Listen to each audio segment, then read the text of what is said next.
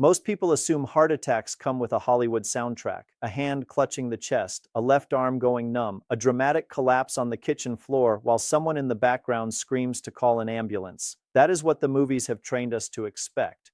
But after the age of 60, the most dangerous cardiac events are not the dramatic ones at all.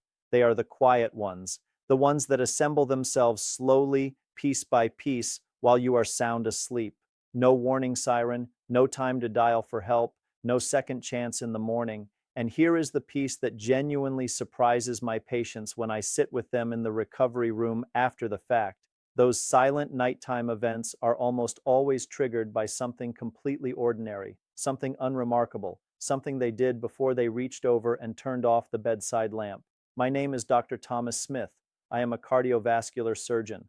Over the past 2 decades, I have spent my working life opening chests, repairing damaged arteries, and physically holding human hearts in my hands. I have also spent those same 2 decades watching the same preventable patterns repeat themselves in patient after patient who had absolutely no idea what they were doing to themselves every single night. Tonight, I am going to walk you through 5 of those patterns, 5 habits that are quietly loading the chamber while you sleep. Then I am going to show you exactly how to unload that chamber, one ordinary evening at a time. Please stay with me. What you learn in the next few minutes may genuinely be the most important thing you hear all year. Here is something most adults over 60 do not know. Your cardiovascular system does not go on break when you fall asleep. It shifts gears. In a healthy body, nighttime is when your blood pressure naturally dips, usually somewhere between 10 and 20% lower than during the day. Your heart rate slows, your arteries relax, your body performs a biological reset, a quiet form of overnight maintenance that it has been running faithfully for your entire life. But after 60, that whole system becomes less reliable. Blood vessels grow stiffer. Pressure regulation loses some of its precision. Certain hormonal signals that used to shield your heart in the small hours of the morning begin to fade. The margin for error shrinks considerably. Think of it like this. During the daytime, your cardiovascular system operates with several backup generators running in the background. If one system falters, another steps in.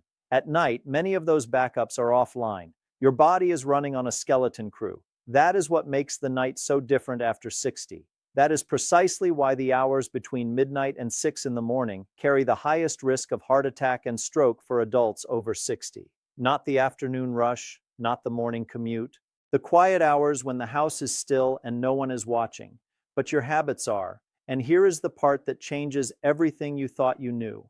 What unfolds inside your body during those dangerous hours is largely decided by what you did before bed. The meal you ate, the pill you took or forgot, the temperature you set the thermostat to, the glass of water you poured or didn't pour. These are decisions that felt utterly routine at the time. Those are the decisions we are going to talk about. Starting with the one that surprises my patients the most. Let me ask you something. What time did you eat dinner last night, and what was on your plate? I ask every patient a version of that question, and for a startling number of adults over 60, the answer is somewhere around 8 or 9 in the evening, sometimes later. A full meal, pasta or rice, a serving of meat, maybe something fried or creamy, followed by an hour on the couch watching television and then bed. I understand perfectly why this happens. Busy days, family schedules, a habit built over a lifetime. But from a cardiac perspective, this particular routine is quietly harming your heart. A heavy meal eaten late at night is one of the most underappreciated stresses your cardiovascular system faces. Here is what actually unfolds inside you. When you eat a large dinner, your digestive system immediately demands a substantial increase in blood flow to handle what is coming. Your heart has to pump harder to supply the stomach and small intestine. Blood pressure rises. Triglycerides, the fat swimming in your bloodstream, surge sharply within 2 to 4 hours after eating. Now layer that on top of trying to fall asleep. Your body is expecting the evening to be a gentle wind down, not an all-hands cardiovascular emergency. Instead, your heart is working overtime to digest a large meal while simultaneously trying to shift into its overnight recovery mode. Those two demands collide head-on. And in a person over 60 with any meaningful degree of arterial stiffness, that collision carries real consequences. Picture trying to run a car wash and tune up the engine at the same time. Neither job gets done well, and both systems end up under unnecessary strain. Studies have consistently shown that eating within 2 to 3 hours of sleep is associated with elevated nighttime blood pressure, higher rates of acid reflux that can trigger and mimic cardiac symptoms, and increased risk of cardiovascular events during sleep. The fix is not complicated. Finish your main meal by 6 or 7 in the evening. Keep any late evening snacks small and simple, protein and vegetables rather than heavy fats or large portions. Does your dinner schedule look anything like what I just described? You would be surprised how many of my patients recognize themselves in that picture and had never once connected it to their heart. Now, this next habit I need you to take very seriously because this is where the most preventable damage happens. In my clinical experience, if you are over 60 and you take medication for high blood pressure, and statistically, more than 60% of people in this age group do, the timing of that medication matters enormously. Far more than most physicians take time to explain during a routine visit. For most healthy individuals, blood pressure follows a predictable curve throughout the day. It rises in the morning, peaks in the afternoon, and dips at night. But a significant portion of adults over 60, particularly those with hypertension, do not get that protective nighttime dip. Their blood pressure stays elevated through the night, or worse, it actually surges during the early morning hours. Doctors call this nocturnal hypertension. Most people have never heard of it, and it is dangerous in ways that daytime high blood pressure is not. Here is why it matters so much. While you sleep, your arterial walls are not braced for impact. A pressure surge at 3 in the morning hits those walls very differently than the same surge at 3 in the afternoon. It is more likely to rupture a vulnerable plaque quietly sitting inside a coronary artery. It is more likely to trigger clot formation. It is more likely to send someone to my operating table. If you take your blood pressure medication only in the morning, that medication may be wearing off exactly when you need it most. If you forget your dose entirely, you may be leaving yourself completely unprotected during the most vulnerable hours of the entire night. So what should you do? Have a specific conversation with your physician about timing. Ask whether your medication should be taken in the evening rather than the morning. That conversation takes all of 2 minutes. It could save your life. There is solid evidence from major blood pressure trials showing that evening dosing of antihypertensive medication significantly reduces cardiovascular risk during sleep. That is not a minor scheduling tweak. That is a potentially life-saving medical decision. Do not assume the timing doesn't matter. In cardiology, timing is often the entire difference between a good night and a catastrophic one. And most patients over 60 have never once had this conversation with their doctor. Now I want you to think about someone you know who snores, a spouse, a parent, a sibling, perhaps yourself. That loud, irregular rumbling that fills the bedroom through the night. Most people treat snoring as an annoyance, something to elbow your partner about, something to joke about at a family gathering. I treat it as a cardiac warning sign until proven otherwise. After 20 years in this field, I mean that statement quite literally. Sleep apnea is one of the most underdiagnosed and dangerously underestimated conditions I encounter in patients over 60. Estimates suggest that over 30% of older adults have some form of sleep apnea, and the vast majority have never been diagnosed or treated. They have absolutely no idea what it is doing to their heart every single night while they sleep peacefully. Here is what actually happens during an apnea episode. You stop breathing for 10 seconds, for 30 seconds, sometimes longer. This can happen dozens of times an hour. Each time, the oxygen level in your blood drops sharply. Your brain registers a crisis and fires off an emergency stress response. Adrenaline and cortisol surge. Your heart rate spikes. Your blood pressure jumps. Your heart jolts awake while the rest of you remains asleep. Now imagine that happening 30, 40, even 50 times in a single night, night after night, year after year. What that pattern does to the cardiovascular system is not subtle. Sleep apnea is directly associated with a roughly threefold increased risk of heart attack. That figure alone should stop every viewer in their tracks. It is strongly linked to irregular heart rhythms, including atrial fibrillation, which itself dramatically increases the risk of stroke. It accelerates the thickening and stiffening of arterial walls, and because the person is asleep through all of it, they typically have no clue anything is wrong until something serious happens. The warning signs are not always as obvious as loud snoring. Watch for morning headaches, waking up feeling exhausted even after a full night in bed, getting up to urinate several times during the night, waking with a dry mouth or a momentary feeling of choking.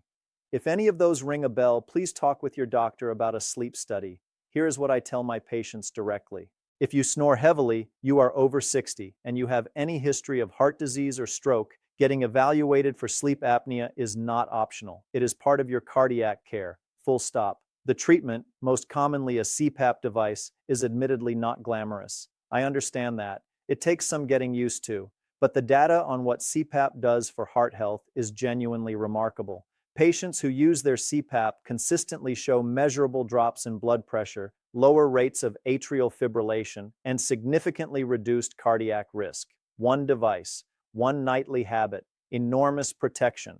Does anyone in your household snore? Have you ever been told you stop breathing in your sleep?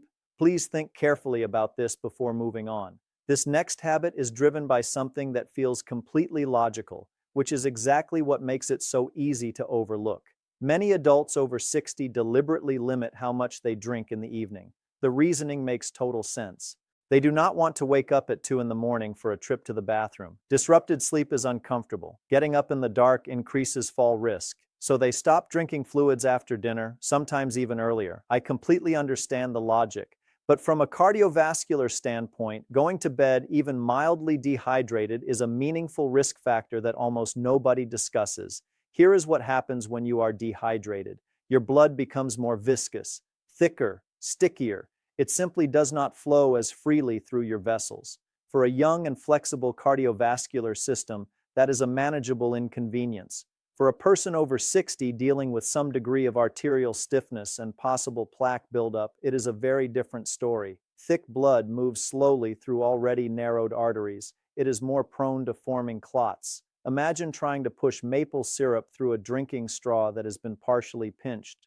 That is roughly what your circulation looks like under the combined weight of age, arterial disease, and overnight dehydration. Here is the timing problem most people never consider. During sleep, your heart rate naturally slows, so blood is moving more slowly through your system to begin with. Now combine that slow circulation with thicker blood in a body that has been lying still for 7 or 8 hours, inside arteries that may already be narrowed.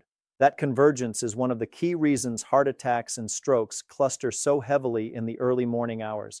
The fix here is genuinely simple. Drink one modest glass of water, about 8 ounces, roughly an hour before bed. That is all. Enough to keep your blood from thickening unnecessarily overnight. Keep another glass on your nightstand for when you wake up during the night. That moment of mild thirst at 2 in the morning, if you pay attention to it, is your body asking for something your heart also needs. You do not have to choose between uninterrupted sleep and cardiovascular protection. Small sips, that is all it takes. Now here is one that surprises nearly every patient I mention it to, because it sounds almost too simple to matter. What temperature is your bedroom set to at night? Most adults have never once thought about it as a heart health issue. They think about comfort. They think about personal preference. They think about whatever the thermostat happened to be set at when they moved in. But there is a specific temperature range your cardiovascular system genuinely prefers, and outside that range, your heart is quietly working harder than it should be. Let's start with a room that runs too warm. When your bedroom climbs above about 72 degrees Fahrenheit, your body spends the entire night working to dissipate heat. Blood vessels dilate, heart rate stays elevated. Sweating increases, which returns us right back to the dehydration problem we just discussed. And critically, sleep quality drops. You spend less time in the deep restorative stages where your heart gets its best overnight recovery. Now consider the opposite. A bedroom that runs genuinely cold, below about 60 degrees Fahrenheit, creates a different kind of cardiovascular stress. Cold causes vasoconstriction, which is a fancy word for your blood vessels tightening up to preserve core body heat. Blood pressure rises. Your heart has to pump harder against that increased resistance. For someone with existing coronary artery disease or hypertension, that overnight pressure climb is not trivial. The optimal range for both sleep and cardiovascular protection falls between about 65 and 72 degrees Fahrenheit. That window keeps your body in thermal neutral territory. Blood vessels stay relaxed. Heart rate stays low and steady. Sleep remains deep. One thermostat setting. Real protection. It costs you nothing to adjust. Everything I have walked you through so far might sound like a long and intimidating list of worries. I want to reframe it completely, because when you look at all 5 habits together, what you actually have is not a list of threats. You have a blueprint, a simple, practical evening routine that addresses every single one of these risks. I call it the heart-safe evening framework, and it fits neatly into an ordinary life without dramatic changes. Here is how it looks. Between 6 and 7 in the evening, you eat your main meal: lean protein, vegetables, a reasonable portion of carbohydrates if you want them, not a feast, not a crash diet, just a proper, civilized dinner at a sensible hour, giving your heart 3 to 4 hours of quiet before you head to bed.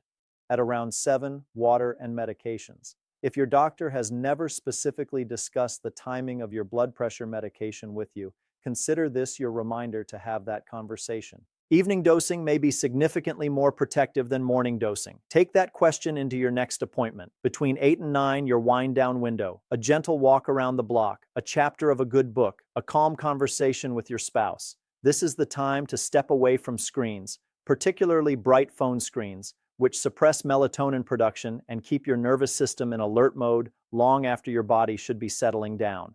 By around 9, check your bedroom. Adjust the thermostat into that protective temperature range. Crack a window briefly if the air feels stale. Set a glass of water on your nightstand. These small tasks take 90 seconds. They matter far more than most people realize. By around 10, you are in bed. And here is one last detail that costs you absolutely nothing. If you snore or have been told you stop breathing during sleep, try sleeping on your side rather than flat on your back. Back sleeping worsens airway obstruction dramatically. A simple positional change can reduce apnea episodes significantly while you work toward a formal evaluation with a sleep specialist. Dinner by 7, water and medications at 7, calm evening through 9, room prepared by 9, in bed by 10, on your side. The question is never whether this routine works. The evidence is abundant that it does. The only real question is whether you will actually practice it. That is a question only you can answer. Now, I want to be honest with you for a moment, not as someone producing content, but as a surgeon who has stood at the operating table at 3 in the morning holding a heart that stopped because of a clot that formed silently overnight in a narrowed artery. I have spoken with families in waiting rooms at dawn, families who had absolutely no idea anything was wrong when they said goodnight a few hours earlier. I have read autopsy reports on people who had been planning their granddaughter's wedding just that afternoon. And in case after case, the contributing factors were never mysterious. They were a late dinner that had sat heavy on the chest, a blood pressure pill taken inconsistently or at the wrong time of day, a bedroom that ran too warm, a body that had quietly run out of water over the course of an evening, an airway that had been collapsing silently for years while everyone in the house assumed the snoring was just snoring. These are not exotic, rare risk factors. They are the background music of millions of ordinary evenings in homes all over this country. And that background music, repeated night after night, year after year, can become a cardiac event that nobody saw coming because nobody knew to look. Here is the truth that 2 decades in the operating room has given me. Most of the hearts I have had to repair did not fail because of bad luck.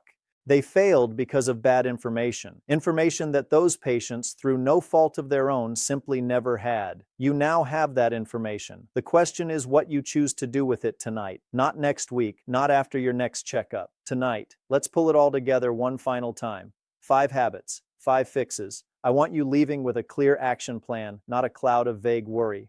1. Finish your main meal by 6 or 7 in the evening. This is not a radical diet. It is a reasonable dinner at a reasonable hour. 2. Talk to your doctor about the timing of your blood pressure medication. Ask specifically about evening dosing. That single conversation may be the most important medical discussion you have all year. 3. If you snore, if you wake up exhausted, if anyone has ever told you that you stop breathing in your sleep, get evaluated for sleep apnea. This is not optional after 60. It is part of taking your heart seriously. 4. Drink 1 modest glass of water before bed. Keep another on the nightstand. Do not let your blood thicken overnight because you were trying to avoid a trip to the bathroom. 5. Set your bedroom between 65 and 72 degrees Fahrenheit.